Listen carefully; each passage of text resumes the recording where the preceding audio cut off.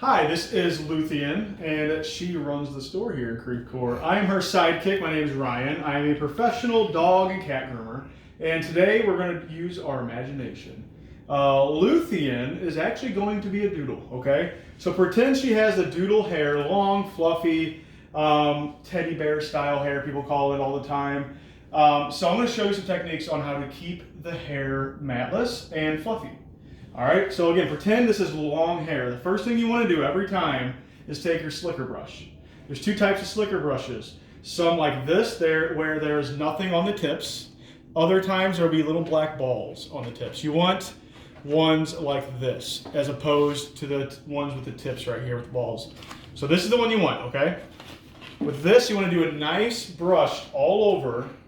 You don't want to go too hard, you don't want to go too soft. You don't want to apply so much pressure where you're touching and applying a lot of pressure to the skin, because we're going to pretend there's a lot of hair here. This is going to get all of the hair brushed out on the top portion of the hair. Now the hair underneath, a lot of doodle owners only use this brush, and that's where the matting comes in. So the other half of the hair closer to the skin here, the analogy I like to use is when you put headphone wires in your pocket and you pull them out and they're all tangled. That's what happens when the hair is closer to the skin. So there's two things you can do. You can use a rake, we call it, and it's a more sturdy version of the greyhound comb, which is the other technique. But this will actually, if it's not matted, that is, this will actually grab the hair and pull it out, preventing the mats. This is a more sturdy version of it. This works just as well. It's just a little harder to do because, as you see, it's not as like thick of bristles there as opposed to this with a nice firm handle. So I always recommend the rake, but then you want to go over the entire body again. Again, you don't want to apply too much pressure. You don't want to apply very little pressure. Find a good medium. If you're pulling and it's not going through, you stop immediately. That's what we call a mat, and that's a whole different issue. So if you have a mat, if it's not all the way to the skin, you can use a dematter, which is what this tool is. I personally do not use them because they can be dangerous. Some groomers do, which is why I'm showing you. If it's too close to the skin and you use something like this, it will pull on the skin, and that's where you can cause cuts or bruises on the skin, which is why I stay away from it. What I use, I go to the greyhound comb, and I only use the corner, so I don't go like this.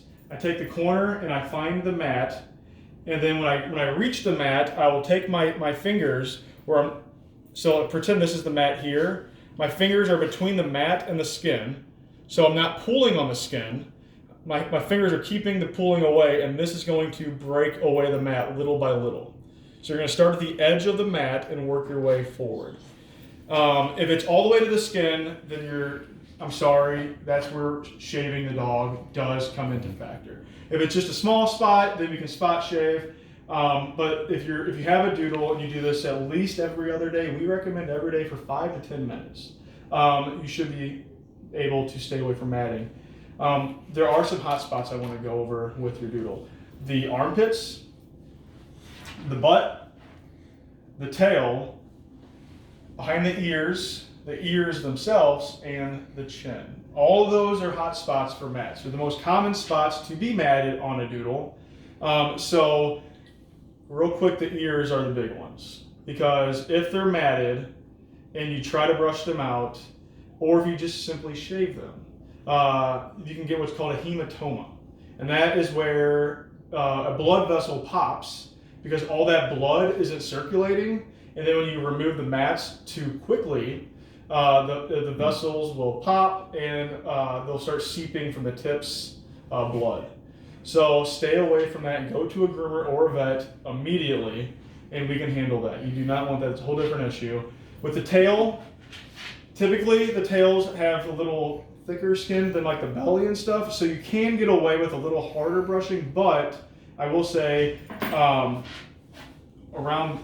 the butt area, you can nick the actual butt hole, so you want to be careful with that as well. Always be careful. If it's sensitive to you, it's going to be sensitive to them. Always keep that in mind. Armpits, you have loose skin. Honestly, if it's matted there, it's one of the hot spots, don't mess with it, just like the ears. The chin. Shorter chins, you can have a short, fluffier chin with your haircut. As long as you're keeping up with this more often, I say the face twice a day, where you're doing the whole body once a day, because food will get stuck up here, water will get stuck up here, and if they're playing outside mud, branches, leaves, anything like that, will get stuck up there, and that'll cause matting to happen. Anytime it rains, you want to dry them off quickly and brush them immediately. Because again, it's like a wire from headphones that you put in your pocket, pull it out an hour later and it's matted. Same thing, the hair underneath is going to be moving around, and if you don't brush it out, then it's going to be matted. So those are just simple ways to prevent the matting from happening from groom to groom. Thank you so much. Have a good day.